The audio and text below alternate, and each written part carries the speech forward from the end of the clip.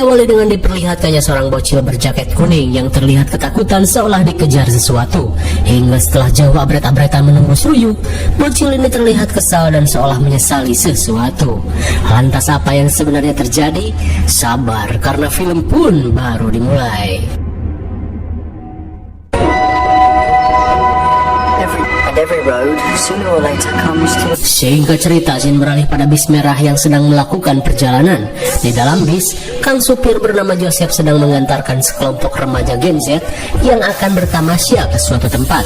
Kemudian, Joseph yang menyalakan radio menemukan sebuah berita tentang fenomena gerhana yang akan terjadi nanti malam. Di saat itu pula, si subur Carl dan seorang kewes berkacamata bernama Queenie membenarkan hal itu saat sedang nge-scroll video-video TikTok. Di tengah obrolan, cowok bangor bernama Reggie iseng dengan melemparkan kaleng pada Nolan.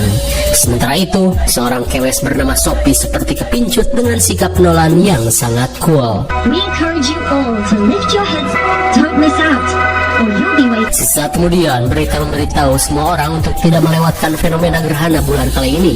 Karena cenah, fenomena kali ini merupakan gerhana paling indah dan langka yang terjadi 20 tahun sekali.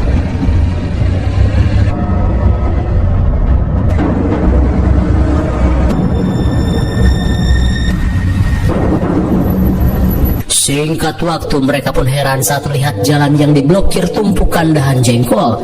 Melihat hal itu, Joseph memutuskan untuk mencari jalan lain.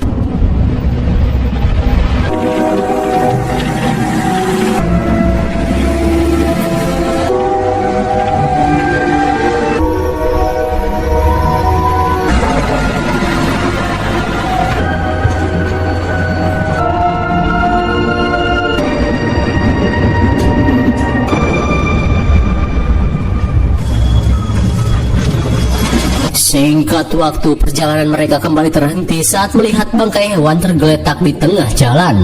Lantas apa boleh buat, Joseph bergegas menyingkirkan bangkai itu ke tengah hutan. Poor thing, it must have been run over.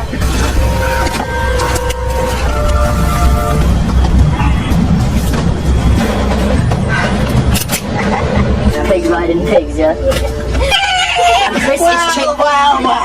Sontak mereka pun kaget saat melihat Joseph dibegal seorang pria gondrong. Sambil menodongkan pistol, pria kucel bernama Pedro berniat membajak bis yang mereka tumpangi. Ternyata semua keanehan di jalan merupakan rencana Pedro untuk memuluskan aksi begalnya. Singkat waktu, malam pun poek. Kini Pedro meminta semua orang untuk membuang HP mereka ke jendela. Saat semua orang menurut, beda halnya dengan Reggie. Ia pun ogah untuk membuang HP-nya. Melihat Reggie yang melawan, Pedro langsung mengancam akan meledakkan tangkuraknya.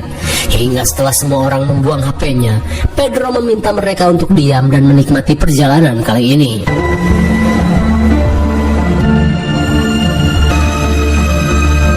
Namun tanpa mereka sadari, saat ini bis mereka malah menuju area bekas markas militer.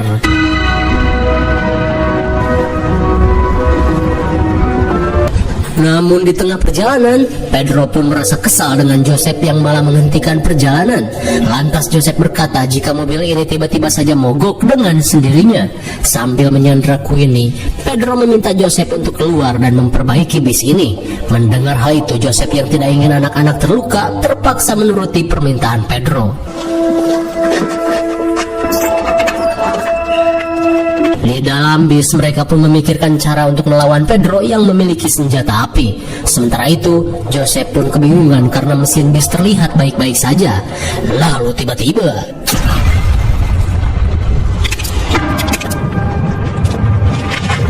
di tengah situasi poek, mereka pun panik saat mendengar suara aneh berjalan di kegelapan.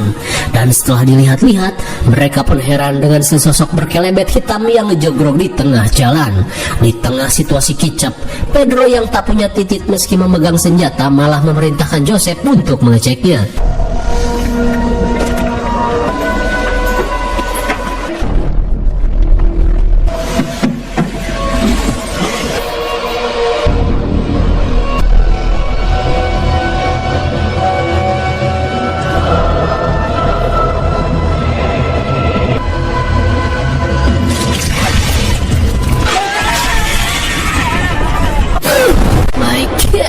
Sontak mereka pun syok parah saat melihat Joseph diserang sesuatu yang misterius.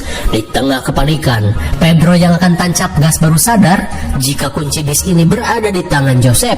Dan lagi-lagi, Pedro yang tak punya biji malah menyuruh remaja Gen Z untuk membawanya di jasad Joseph. Dan saat Nolan akan mengambilnya, Sophie yang takut gebetannya kenapa-napa langsung pergi mengambil kunci bis.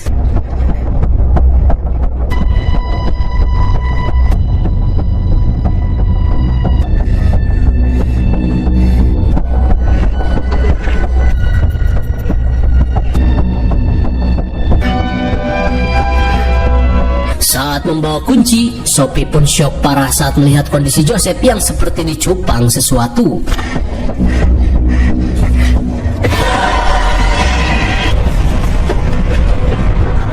Sekembalinya ke dalam bis, Sophie pun memberitahu jika saat ini Joseph sudah meninggoy dan seperti digigit hewan buas.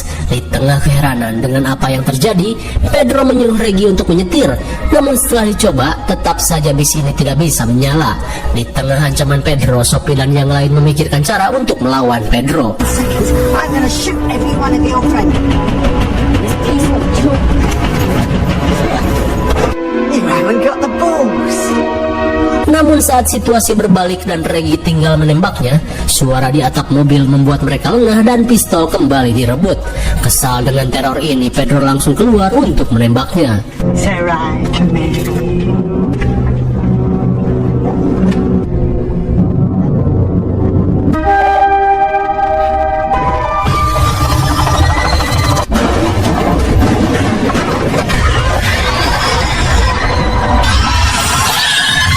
Betapa syoknya mereka saat melihat sosok hitam bergigi runcing menghabisi Pedro.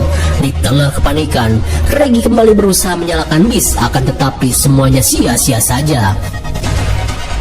Singkat waktu, situasi semakin mencekam saat mendengar suara si makhluk berusaha memasuki bis.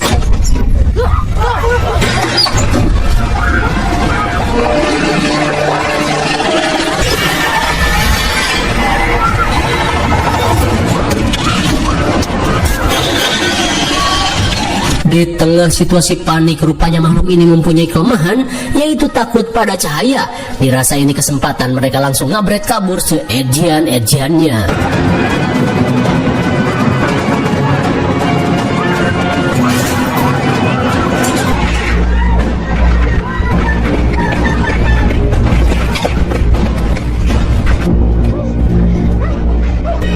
You gotta turn back.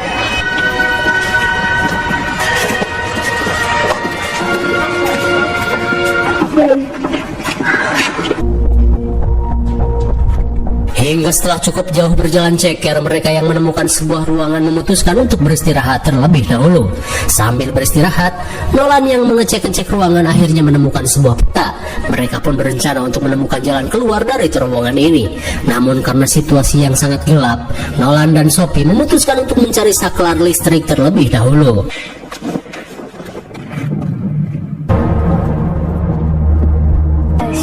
Straight ahead then right.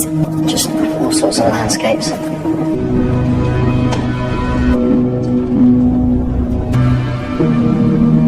Di tengah pencarian, Nolan pun menemukan seperangkat lampu sorot yang diduga digunakan untuk melawan si makhluk. Namun Sophie yang menemukan tangkurak manusia di tangga merasa jika orang itu gagal untuk menghabisinya. Sementara di sisi lain, Queenie yang kebelet meminta Reggie untuk menemaninya. I find a cue when you're mad though. Yo, you done? Namun saat berbincang-bincang, tiba-tiba Reggie heran dengan Queenie yang tiba-tiba menghilang. Dirasa Queenie digondol si makhluk, Reggie pun bergegas kembali pada teman-temannya. Mendengar Queenie menghilang, mereka pun sepakat untuk mencarinya. It's all my fucking fault. Like you, Queenie. Oh. Oh, God.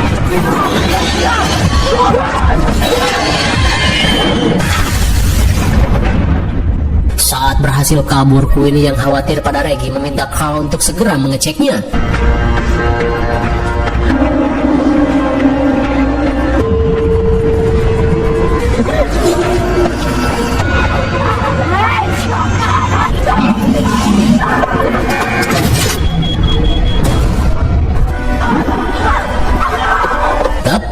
Pada waktunya, Reggie masih bisa selamat berkat Nolan yang berhasil menyalakan listrik. Sementara itu, Nolan pun heran dengan barang-barang yang ada di tempat ini.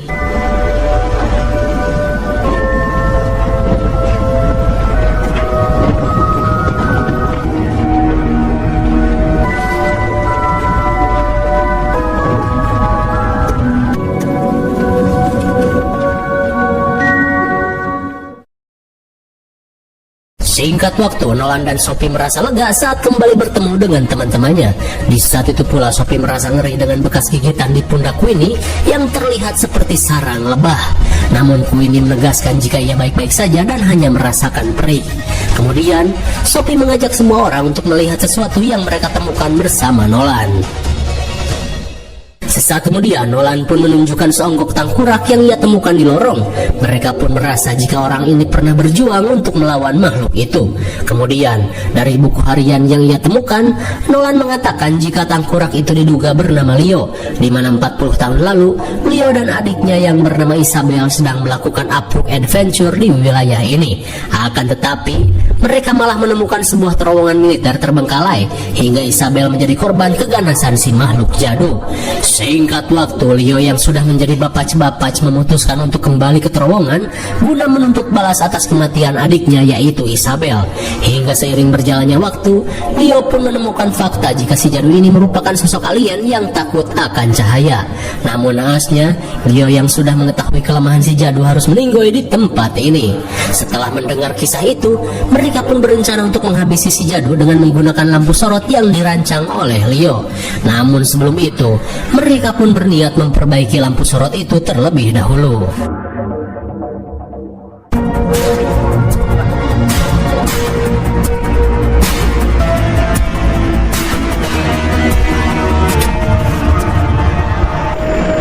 Setelah lampu sorot ini berfungsi, mereka pun bersiap untuk melakukan rencananya.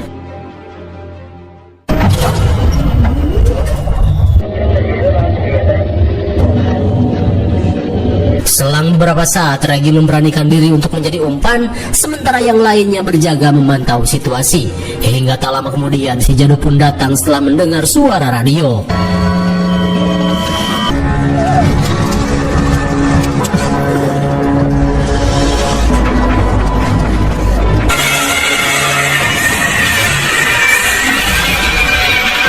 Melihat Reggie terpojok, Nolan langsung bersiul untuk mengalihkan perhatian.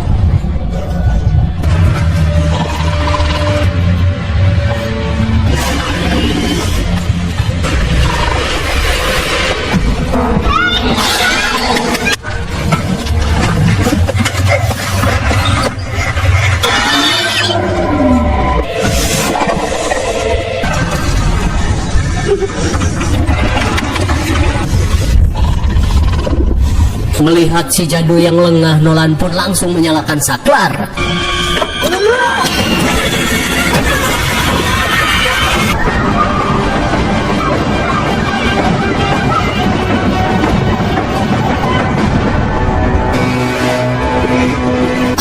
Akhirnya, Sophie dan Queenie berhasil keluar dari terowongan ini. Di saat itu pula, si jadul yang berusaha mengejar tak bisa berbuat banyak saat para KWS berada di dalam cahaya. Hingga sesaat kemudian, mereka semakin di atas angin saat melihat para cowok datang membawa obor.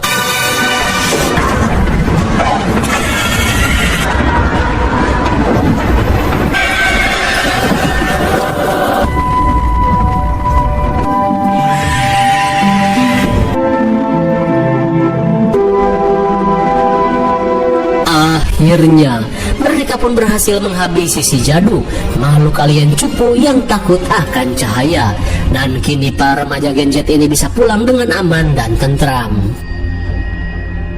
Singkat cerita, scene beralih pada seorang detektif bernama Chris yang berusaha mencari tahu sosok si jadul dari kesaksian para remaja Gen Z.